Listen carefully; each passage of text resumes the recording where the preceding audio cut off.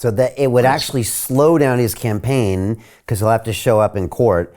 But is there anything else that stops him from getting to that November election date? And then if he becomes president, does that solve everything, or that does not absolve him from these charges? Great question. Okay. It could. Now, has a president ever pardoned himself? The answer is no. But constitutional scholars will debate whether it's even possible. I'm a lawyer. I think it is possible. I don't see why, if the president can pardon everybody in the country of any crime whatsoever, why couldn't he pardon himself?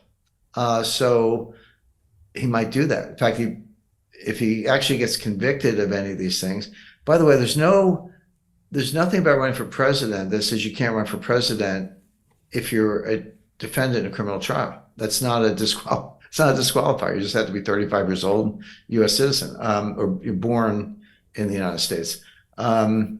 So there's nothing about all these criminal charges put together, including convictions, that keeps him from becoming president.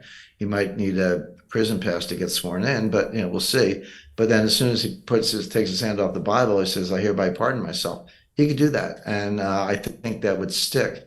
So that would wipe the slate clean. And Brian, we've been talking about some stuff that sounds crazy, but it's not. All these things are well within the realm of possibility. I get people say, "Oh, that'll never happen," but time and time again, it does happen. RFK, I think, will win New Hampshire. Joe Manchin, I think, will run as a third party. Will Trump be convicted? I would say on the merits, he shouldn't be. But now, you're into jury selection. That's a whole other science. But he might be. But that won't stop him from running. Would it even, far from deterring people, would it even generate some sympathy? Like, I'm kind of lukewarm on Trump, but man, I've never seen a guy who was more singled out and persecuted, not prosecuted, but persecuted since Joseph Stalin. We used to take people down the basement and shoot them. So maybe I'll vote for the guy just because he deserves it. Something, I don't know. It's I know all the factors. It's hard to predict all the outcomes, but you can sort of set up a fan of probabilities, but they all look implausible. But one or more of them will play out. And the other one, not that you ever wish for this, but Biden could just die. I mean, he's an 80-year-old with the physique and condition of a 90-year-old. I know 80-year-old guys who are like 60. They're fit and sharp and nothing. Age is not a determinant. It's a factor, but it's not a determinant. So I know some pretty sharp 80-year-olds, but I also know Biden's an 80-year-old is more like a 90-year-old. He's had 2 aneurysms, and they did the surgery back at a time when you didn't have the microsurgeries and the techniques we have today. And a doctor 20 years ago would have said this guy's going to not age well for that reason. So we also saw the stumble at the Air Force Academy. I've said to people for a long time, I said, because Biden doesn't appear in public much, he can't really because he can't talk. But I said, if you see Biden on TV, hit the mute button. They call it MOS in Hollywood, without sound from the German directors, but watch it without sound. It's scarier than actually listening to the words because you see the frailty. That's what comes through. Right. Well, what struck me about the fall, that was sad. He couldn't get up. Maybe it takes a fall every now and then, maybe, but he couldn't get up, and they had to physically lift him up. Go back to Hillary Clinton doing the faceplant at the 9/11 memorial. They had to drag her into the SUV.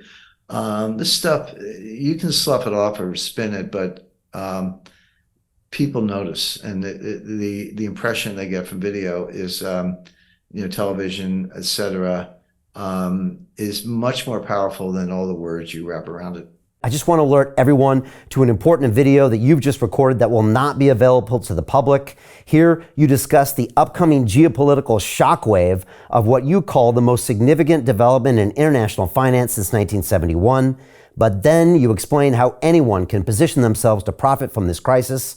Our viewers can access that video at londonreal.tv/Jim, and I highly recommend that everyone go watch that immediately after our conversation. What happened if Biden dies?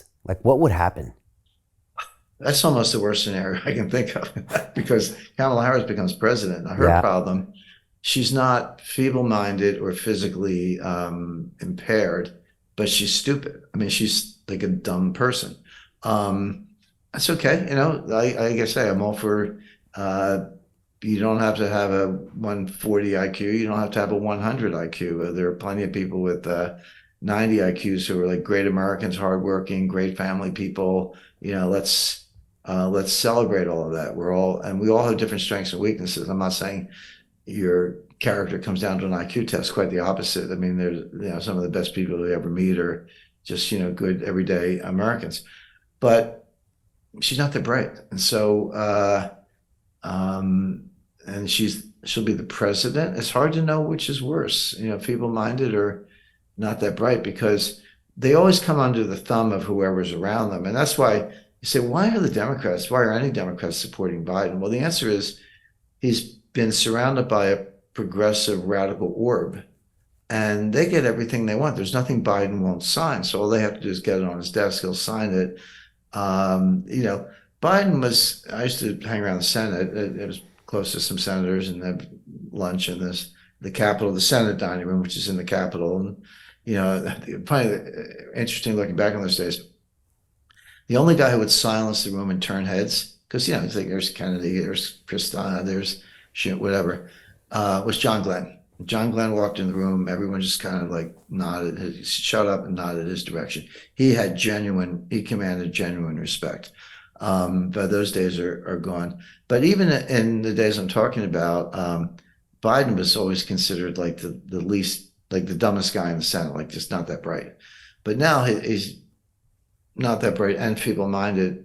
Kamala, not that smart. She's probably chosen for that reason, because she wouldn't threaten Biden, because there's not a good comparison there. But that's a pretty scary prospect.